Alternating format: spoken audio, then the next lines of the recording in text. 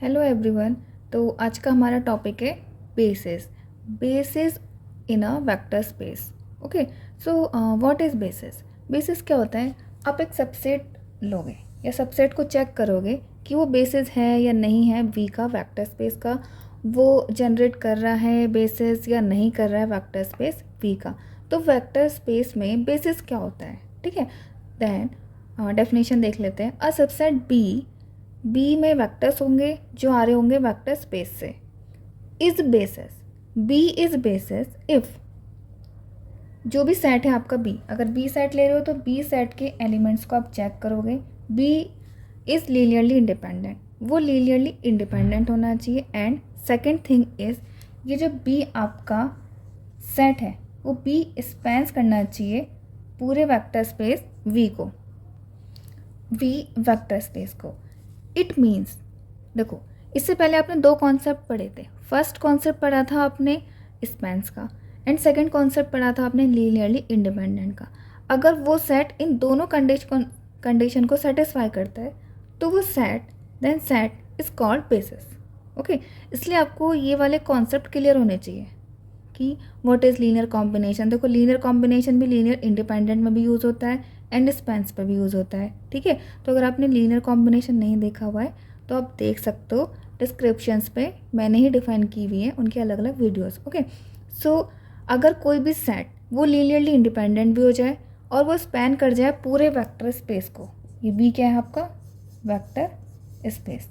Okay, तो spans का meaning क्या होता है? That every vector belonging to V, कोई भी वेक्टर हो जो कि वेक्टर स्पेस का है, is a linear combination of vectors of S. ठीक है, एस के जितने भी वेक्टर्स हैं, मतलब एस के अंदर जितने भी वेक्टर्स हैं उन सब का लीनियर कॉम्बिनेशन वो इस वी में जाना चाहिए। इट मीन्स इसके सारे लीनियर कॉम्बिनेशन इस वी में जाने चाहिए।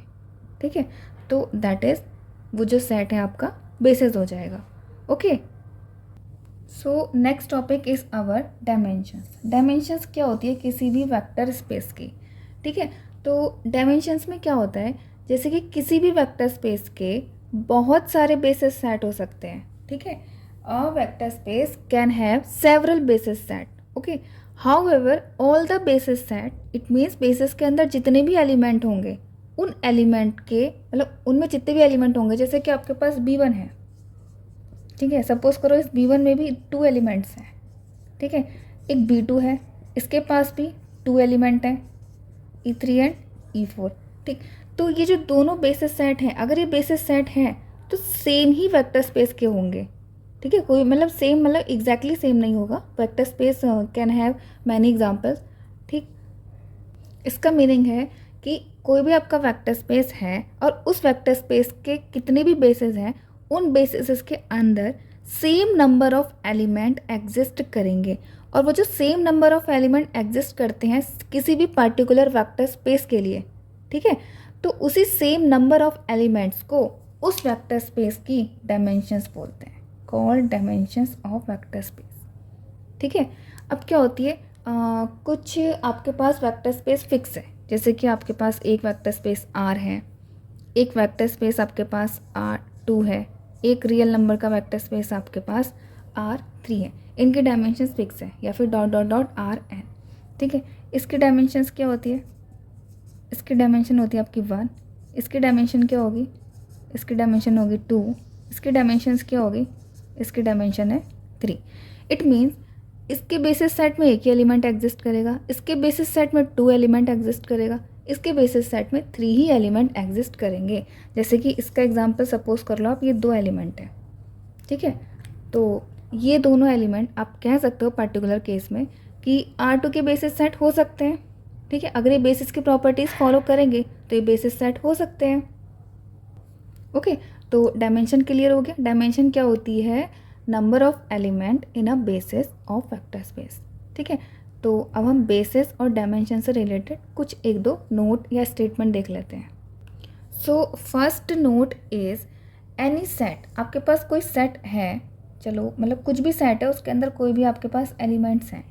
ठीक है, more than n vectors, n vector से ज़्यादा अगर उसके अंदर एलिमेंट्स हैं, इट मीन्स जैसे कि उसके अंदर एलिमेंट हैं u1 u2 up to un+1, ठीक है। अगर आपके पास ये सेट है मोर देन n वेक्टर्स का, और बात कर रहे हैं हम इन Rn वेक्टर की, वेक्टर स्पेस की, ठीक है, तो वो ऑटोमेटिकली लीनियरली डिपेंडेंट सेट होता है and you can check it, ठीक है।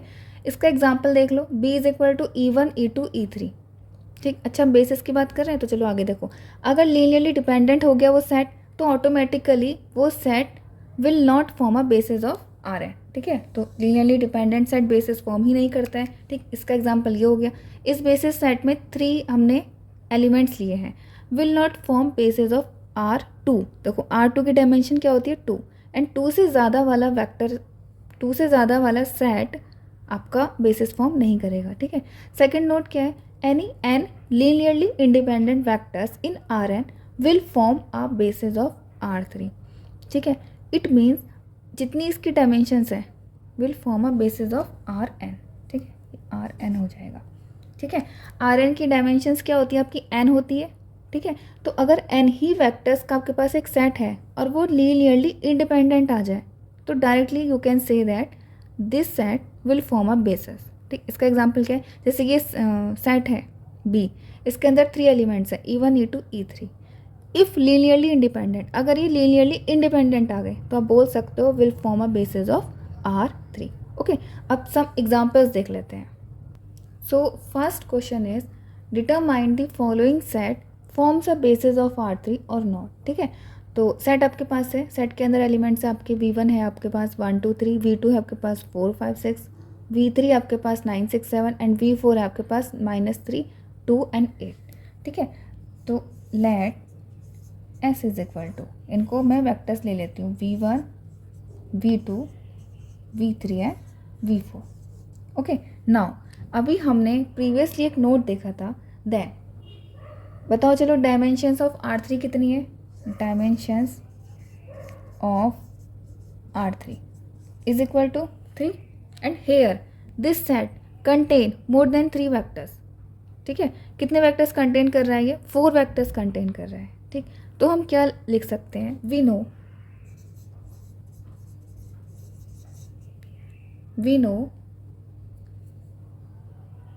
4 vectors in R3 are linearly dependent, okay. और you can check it by linear combinations, ले लो आप इन 4 स्केलर्स के साथ इक्वल टू 0 पुट करो, आपके 4 स्केलर्स गिव मैनी सॉल्यूशन का केस ही आएगा, क्योंकि यूनिक सॉल्यूशन का भी केस आ सकता है बट मैनी सॉल्यूशंस के केस के चांसेस ज़्यादा होते हैं, ठीक है। तो आप ये स्टेटमेंट लिख के क्वेश्चंस को सॉल्व कर सकते हो। So they will not form a basis, ठीक है। सो गिवन सेट या so this set will not form a basis of R3, okay, ठीक है। नेक्स्ट क्वेश्चन देखते हैं। So next question is determine the following set form a basis of R2 और not, ठीक है। सेट हमें given है -1 1 एंड 1 एंड -1, ठीक। तो हमने सेट को कंसिडर कर लिया V1 एंड V2, ठीक है। देखो यहाँ पर R2 वेक्टर स्पेस की बात हो रही है, तो R2 वेक्टर स्पेस की डायमेंशंस कितनी होती है 2। Now we have to check only this set is linearly independent और नॉट, ठीक है। तो चेक करते हैं, ठीक। यहाँ पे 2 वेक्टर्स है, 2 वेक्टर्स के लिए we have to take 2 scalars, ठीक है। तो for A1 A2 belongs to R such that क्या लोगे आप, A1 V1 plus A2 V2 equal to 0, ठीक है। इक्वेशन बनाओ, देखो क्या हो जाएगा आपका, ये हो जाएगा आपका minus of A1 A1 plus A2 minus of A2 equal to 0, ठीक है। अब मैं इनको डायरेक्टली ऐड करके इक्वेट टू 0 कर लेती हूँ, then we get minus of A1 plus A2 equal to 0 and second equation is A1 minus A2 equal to 0, ठीक है। Now we have to solve these equations. तो ध्यान से देखो, दोनों equations, both equations are same. दोनों equations क्या है, A1 is equal to A2 when 2 equations और more than 2 equations are coincide, ठीक है। Then we have many solutions. ठीक, यहाँ पर आपका मैनी सॉल्यूशन का केस बन जाता है। ठीक है, many solution what, if you take a2 is equal to k then a1 is equal to k, if you take a2 is equal to 1 then a1 is equal to 1। तो many solution का case हो गया। जब many solution का case हो जाता है तो ये डिपेंड कर जाते हैं।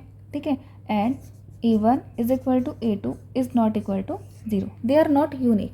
अगर ये यूनिक नहीं है तो ये जो आपका गिवन सेट है, ये जो S है, S क्या हो गया आपका, लीनियरली डिपेंडेंट। और जैसे ही लीनियरली डिपेंडेंट हो गया तो will not form a basis. ठीक है, will not form a basis of R2। ठीक है, अगर ये फॉर्म कर जाता, मतलब अगर ये लीनियरली इंडिपेंडेंट हो जाता, तो बाय नोट मतलब नोट वाले जो मैंने स्टेटमेंट लिखाए थे उनमें से एक स्टेटमेंट क्या होता है, अगर सेम ही लेंथ का कोई भी सेट है, ठीक है, और उसकी डायमेंशंस भी सेम ही है, तो अगर वो लीनियरली इंडिपेंडेंट आ जाता है तो we can say that this set will form a basis. But इस केस में आपका ये बेसिस फॉर्म नहीं करेगा। ठीक है, एक और एग्जांपल ले लेते हैं, चलो ऐसा वाला ही। So next question is determine the following set forms a basis of R2 और नॉट। ठीक है, सेट आपको गिवन है 1 1 एंड 2 एंड -1। मैंने इस सेट को लेट कर लिया है, इस वेक्टर्स को लेट कर लिया V1 and V2। We know R2 की डायमेंशंस 2 होती है। ओके, तो now we have to check only this S set is linearly independent और नॉट। ठीक है, तो for A1 A2 we have 2 scalars, so take 2 scalars belongs to R such that A1 V1 plus A2 V2 equal to 0. Now examine this identity and find the values of scalars. Okay, तो हाँ, इस identity में मैंने A1 V1 vector ले लिया 1 1, इसमें A1 से multiply करा तो ये आ गया, इस वेक्टर में A2 से मल्टीप्लाई करा तो ये आ गया, is equal to 0। Now what we get, इनको आपको ऐड करना है और वी गेट दीज 2 इक्वेशंस। ठीक है, अब इन दोनों को सॉल्व करो। देखो सेकेंड इक्वेशन से we get A1 is equal to A2। ठीक है, इसको आप फर्स्ट में पुट कर दो तो क्या आ जाएगा आपका, A1 plus 2A1 is equal to 0, that is 3A1 is equal to 0 and now A1 is equal to 0, it means is equal to A2। तो देखो आपके दोनों स्केलर 0 आ गए। अगर आपके पास दोनों स्केलर 0 आ गए तो क्या हो गया, ये जो सेट है S इज लीनियरली इंडिपेंडेंट। ठीक है, एंड नाउ वी नो, क्या नो, कि एनी टू वेक्टर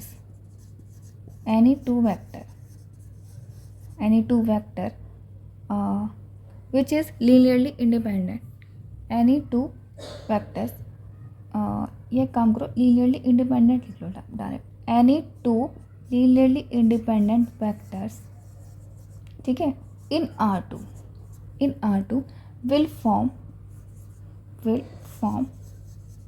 आ बेसिस। ठीक है, देखो जैसे ही आपके लीनियरली इंडिपेंडेंट हो गए इन R2 में, तो वो क्या फॉर्म करेंगे, एक बेसिस फॉर्म करेंगे नोट से। ठीक, तो आज का लेक्चर बेसिस और डायमेंशंस पे था।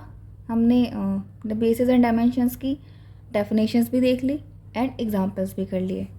ठीक है, so now meet you on next lecture. तब तक के लिए थैंक यू वेरी मच।